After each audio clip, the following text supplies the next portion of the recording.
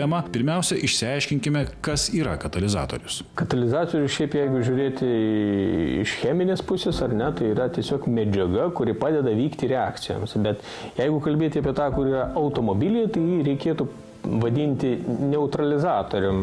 Dar tiksliau tai būtų katalizinių deginių neutralizatorium. Kitaip tariant, kai jūs važiuojate automobiliu, katalizatorius taip pat dirba. Neutralizuoja į aplinką galinčias pakenkti kenksmingas medžiagas – anglies monoksidą, angliavandenilius ir azoto oksidus. Specialistų klausime, kas būtų, jei mūsų automobiliuose katalizatorių nebūtų. Turbūt svarbiausia galbūt netgi tai, kad jis teršia aplinką tom 3 pagrindiniam dujom, kurios sukelia labai daug įvairiausių ligų.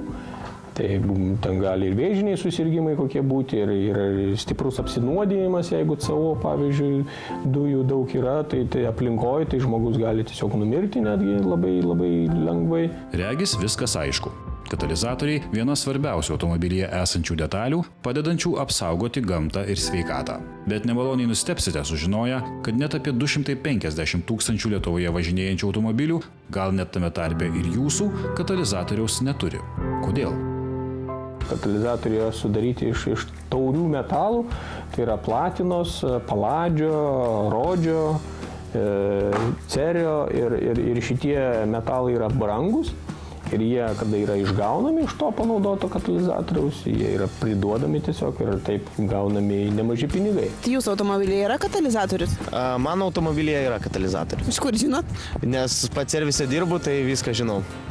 Ta prasme, pasikėliau automobilį, pasižiūrėjau visą kitą, nes pirkdamas irgi tai atkreipiau dėmesį. O sakykit, kada nors buvo taip, kad koks automobilių pardavinėtojas atvažiavo ir pasakė, išpjaukit ir aš po to parduosiu va tai be katalizatorius. Esat tokį darbą daręs? Taip, ir žinokit, labai daug.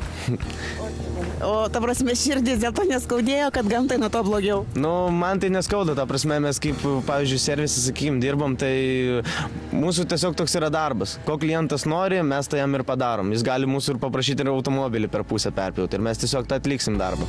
Norėdami pasipelnyti automobilių perpardavėjai, negalvodami apie žalą gamtai ir žmogaus sveikatai, išpjauna katalizatorius ir juos priduoda supirkėjams. Šie juos specialiai įrengtose laboratorijose apdoroja ir dalyvaudami spalvotųjų metalų biržose parduoda. Susidaro toks įspūdis, kad jokia kontrolė dėl katalizatorių nevyksta. Tačiau techninės apžiūros metu būtinai bus patikrinta, ar jį turite.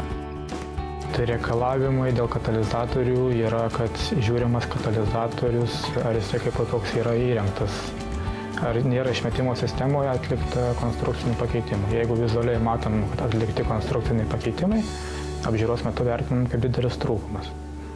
Toliau yra dėl pačių išmetamųjų dujų parametrų matavimo. Jei jūsų automobilis pagamintas iki 2002 Liepos 1, anglies monoksido išmetamosiose dujose norma neturi viršyti 3,5%. Jei po šios datos norma neturi viršyti 0,3%.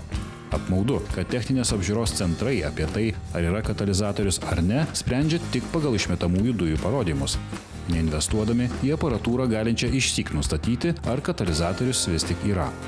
Pagal galiojančius reikalavimus gali nutikti taip, kad jūsų automobilio išmetamos dujos normų neviršys, nors katalizatoriaus ir nebus. Kaip spręsti šią problemą?